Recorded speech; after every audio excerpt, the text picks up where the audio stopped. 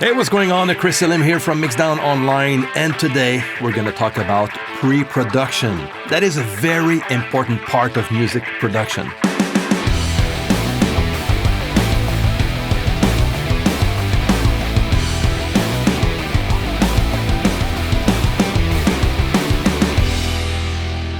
So first, let's look at the 6 stages of music production.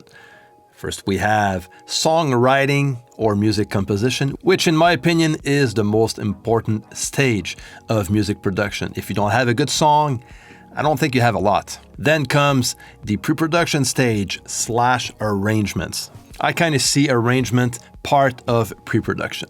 Then we have the recording stage, then editing and mixing. And last and not least, mastering. So those are the 6 stages of music production. So let's focus on pre-production and why pre-production is so important. But before we jump in, if you're new here on the channel, feel free to subscribe to the channel and to click the notification bell so you don't miss anything. And if you enjoyed this video and you think that the video is helpful, share and like. All right, so now, what is pre-production? Pre-production is basically the plan, the roadmap. It's like building up a house. I remember back in 2006 when I had this house built. Before starting the construction stage, the contractor started to work on a plan where all the details were listed. The number of rooms that the house is going to have, the color of the floors, the walls, is there going to be a bathtub or showers or both in the bathroom. The list of all the materials needed to build a home was also listed on this plan. And this is very, very important because when it's time to start the construction of a house, the only thing that the contractor and the workers need to do is to follow the plan. And the same goes with music production. Having a plan is very important. Pre-production is the plan. Pre-production is the roadmap. This is where you're going to make most of your decisions. Decisions like the genre of music you're going to go for, the tempo of the song, chords, the groove of the song, the structure of the song, how many verses, choruses are you going to have, is there going to be a bridge, an instrumental part, what about the intro, the outro? All of those are decisions that you're going to make in the pre-production stage. The instrumentation of the song also. Is it going to be a stripped-down acoustic production? Or is it going to be a full band type of production? Are you going to need a brass section? If so, what is the brass section going to play? Are you going to need some strings on your song? Are you going to hire some string players, or are you going to use a VST instrument? The key signature is also something that you're going to decide in the pre-production stage to make sure that the song is in the right register for the vocalist. This is where you're going to have a chance to experiment with different key signatures, like I did on one of my last videos. I'm going to leave the link on top. All of those decisions are going to be made in pre-production. Now we're going to go in CUBASE and I'm going to share with you how I work pre-production most of the time. That doesn't mean that it's the only way to work pre-production. That's my workflow. Some will only need a sheet of paper and a pen to start down the pre-production process by laying down all of the chords ideas, the structure, the tempo, and so on.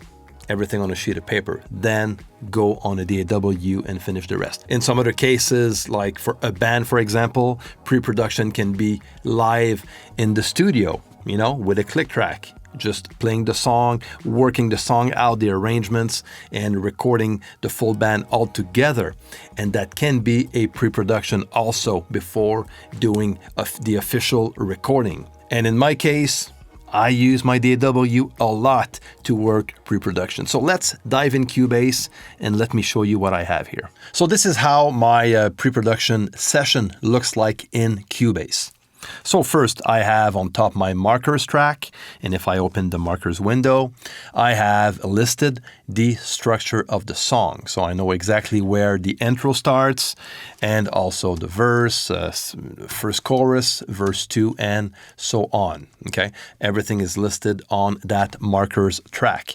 And on the chord track, I have the chords. I love to write down the chords directly in CUBASE, so I always have the chords in front of me when I'm working. And it's very practical if I want to experiment with different chords. I can simply change that directly on that track and then apply that to my MIDI channels, to my VST instruments, and start to work stuff out, So this is where I can work that out. So if I look at the arrangement I know exactly what is the structure, the chords, and I have a very good idea of all the instrumentation going on for this song. So let's have just a quick listen at the beginning of each sections of the song.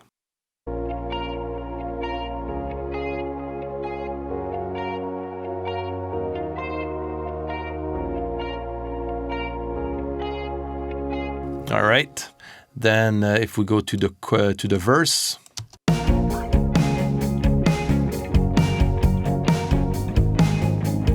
One by one we gotta go. Where we go, nobody knows. Let's go to the chorus.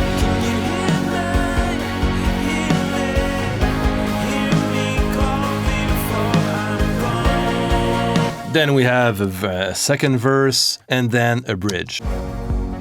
We don't have time. I need more time. After there's a solo.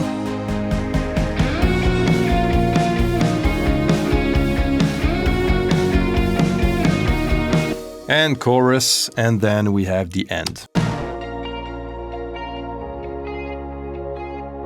Okay, so everything is there. Now I know exactly where I'm going when it's going to be time to record. So I just want to point a few things out. Everything was done remotely for this song. I started to write the music side of the song. Then I collaborated with my friend Jimmy remotely. He helped me out to finish the writing of the music. He recorded all of his guitars at his home studio, send me all of the tracks, and then I just import everything into my session. Now, when I do some recording, especially for bass and guitars and like drums, I program all the drums when I'm working on a pop or rock production. Even if I'm going to be using live drums afterwards, I'm going to record the live drums in the recording stage, but I'm going to build up the song with MIDI drums like I just did. And I make sure everything is 100% quantized. And then we record all of the guitars and the bass on those super quantized drums. So this way, it's easier for me to use those tracks to record the live drums. Okay, so I can use them as playback to guide me during the live drum recording. And for the guitar sounds, what we do is we just use virtual amps. We try to keep our life as simple as possible. We're not going to focus on getting the tone of the guitar. I'm going to keep that for the recording stage where I'm going to use a guitar amp. And this is where I'm going to go and look for the tone that I want. Now, by using virtual amps, I'm going to get close to what I'm looking for, but I'm mainly going to focus on the part itself. But I will add some effects like, delay or reverb to get close to what I want to end up with in the recording stage. So this is going to lead me to the right direction. But when it comes to the VST instruments like keyboards, pads and stuff, now I'm going to take more time to work on the correct sounds, because this is mainly where I'm going to decide which sounds I'm going to end up with. I tend to do this in the pre-production stage. Vocals, same thing. He recorded the vocals at his place, sent me that over. It was like very basic vocals, a bit pitchy, but it doesn't matter. I just want to have the melody so I can build the song upon that melody. And then we're going to re-record everything here in the studio during recording. As you can tell, there's a lot of details on my pre-production session. Now, that doesn't mean that I don't have any room to add some more ideas during recording. I always keep myself a door open to add some stuff or to just change some stuff around. Sometimes going to be with guitar parts mainly. The groove is not going to change. The tempo is not going to change. The key signature is not going to change, but nothing stops me to add some more guitar parts on some section of the song, or just replace a guitar voicing, or just experiment with more voicings while we're recording. And this is what we usually do. So I always leave the door open to be creative during the recording stage. But a lot of the work is done in pre-production, as you can tell. So in the recording stage, I can focus on the sound, the quality of the recording, the tone of the instruments, making sure we have the correct sound and recording in the end. Okay, so this is what I focus on mainly when I record. And also, of course, the performance, which is also very, very, very important. And when I'm done with pre-production, I just save that session on a new name, and this is going to be used for my recording stage. Okay, I'm going to use that new session to record my drums, bass, guitars, and so on. So I hope that helps. I hope you're going to get something out of this. Now, this is my process. This is my workflow when I work pre-production. It's not the only way of working pre-production. The most important thing is to have a plan before you hit the recording stage. If you have any questions or comments, or if you would love to share your pre-production process, you can leave all of your comments down below. And also, if you're new here on the channel, feel free to subscribe to the channel. And if you guys enjoyed this video, share and like. Until next time, see you.